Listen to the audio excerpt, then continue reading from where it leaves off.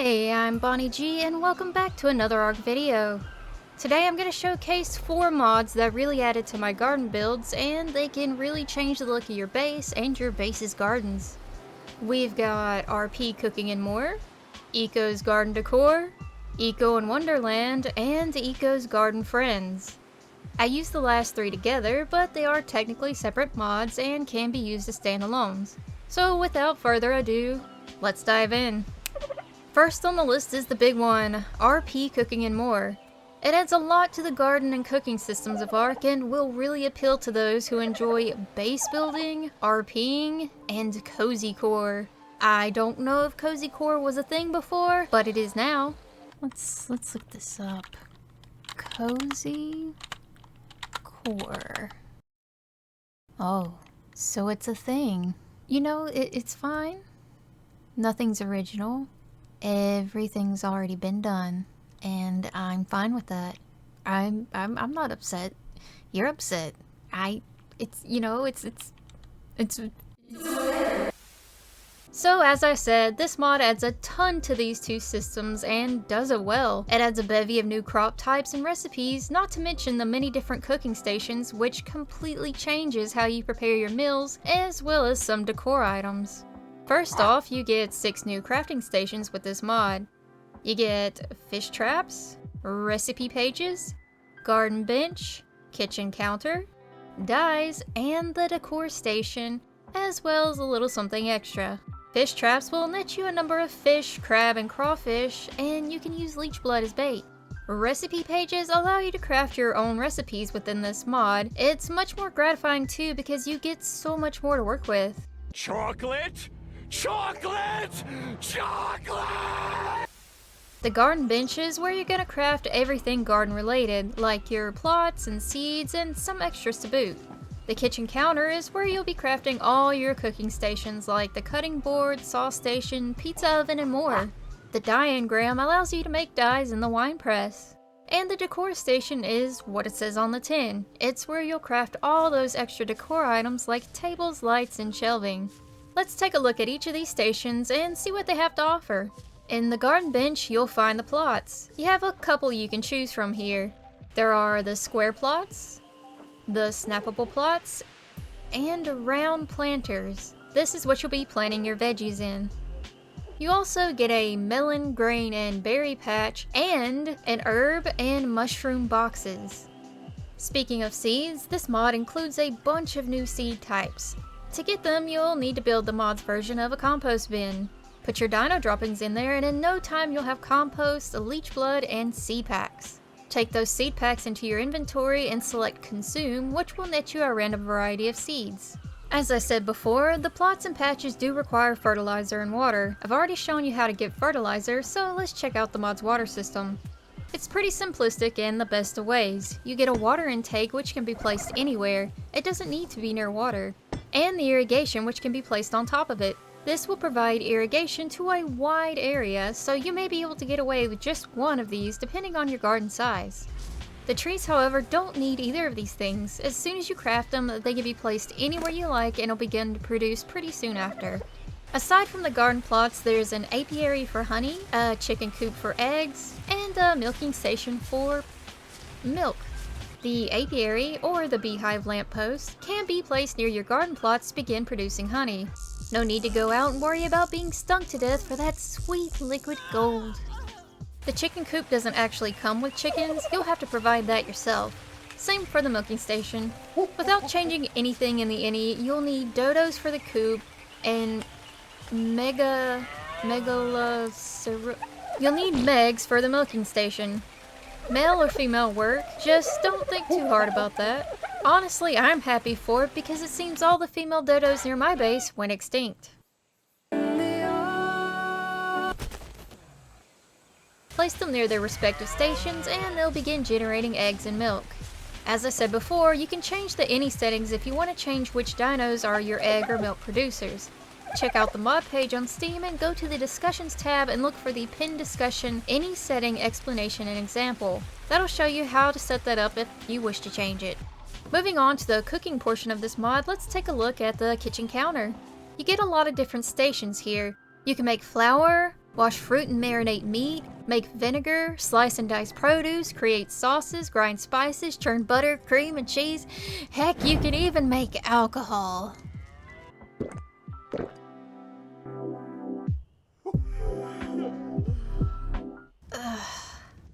Monkey? Hey, where did you get that? What? Did you shit on my floor? The stove, pizza oven, wine press, brew barrel, and cooking pot are where you'll craft your own recipes. This mod comes with some preloaded recipes for some special treats for you and your dinos, but the crux of the cooking portion of this mod is creating your own. It works the same as in vanilla, however, instead of crafting individual notes, you can craft the recipe book, which has 500 pages available for you to use. You also get some new icons for your recipes and a box to put them in. The recipes, not the icons. There are a few more notable storage items like this treat box and even some paintable cake containers. If you want to beef up your RP and base building experience, check out this mod on Steam Workshop. Let's go! The next 3 mods are by the same mod author, Eco, and can be used as standalone or together. They have a lot of other mods I haven't included, so if these interest you, be sure to check out the rest. I'll give a preview of what's included in each mod, and at the end give a tour of the base I was able to throw together with these items from each of these mods. Starting off with Eco's Garden Decor. As the name says, it's primarily for decor, though it does give you a different gardening option for those vanilla plants. Here's a glimpse of what's included. Railing.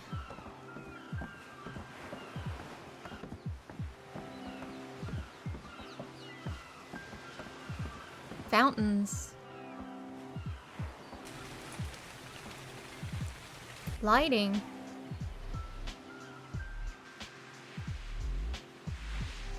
Decorative planters.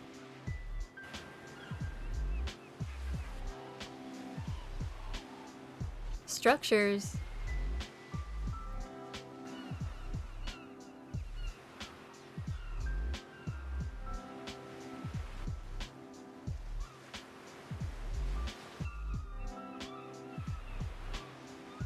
And topiary. Or is that topiary? I'm gonna say topiary. As for the gardening function of this mod, you'll need to craft a shovel to begin with. You can use this shovel to dig dirt mounds, and you can do this on the ground and even the grass and decorative floors provided. It even changes the model of plants. I think these look much more interesting than the base game version. These mounds don't need water or fertilizer, though it produces as much berries and veggies as the amount of seed you put in. If you want to grow more, you'll need to add more seed. Next is Eco in Wonderland. This mod really cranks up the fantasy setting with large trees of multiple colors, multitudes of colorful mushrooms and plants, and more. In this station, you'll be able to craft crystals, decor, mushrooms. Wow, look at those. Timmy, sir? come look at these weird trees. Sir, Grandpa, those could are you, mushrooms. could you move? What's that? Oh, sorry, young lady. Let me mosey on out of the way. Yup. Thanks.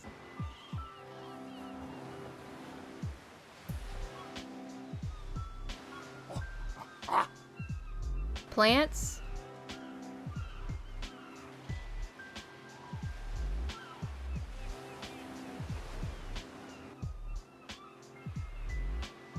Storage. And trees.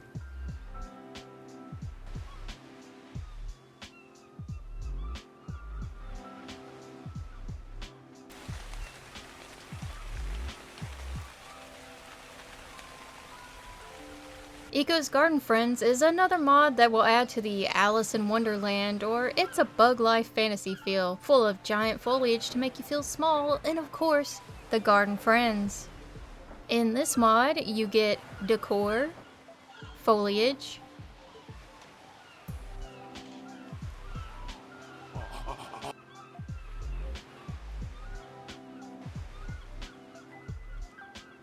saddles, skins, structures,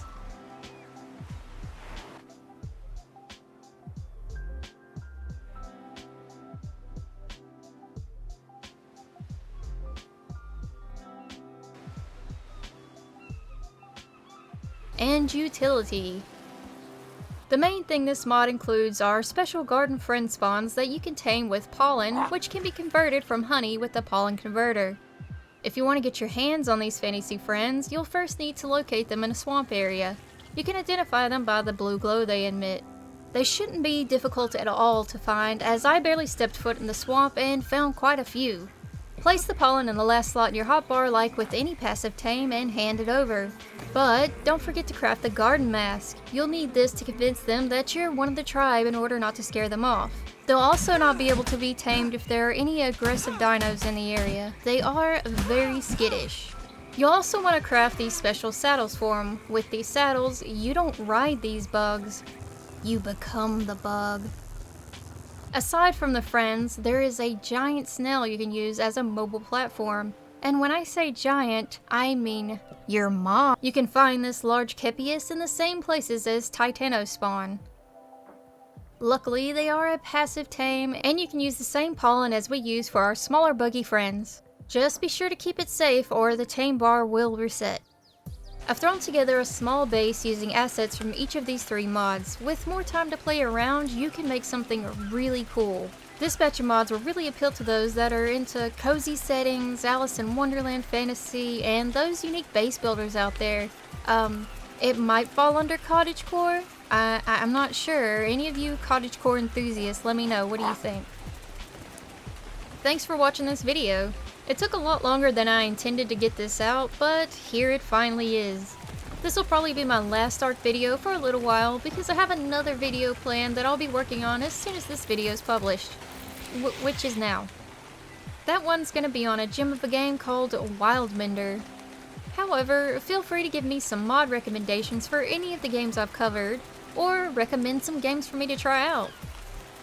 If there are any games you'd like to see me cover, drop a comment and I'll check it out. As always, leave your thoughts and suggestions in the comments, like the video if you liked it, dislike it if you didn't, and hit that subscribe button if you'd ever be so gracious. Seriously though, again, thank you for watching and have a fantastic day.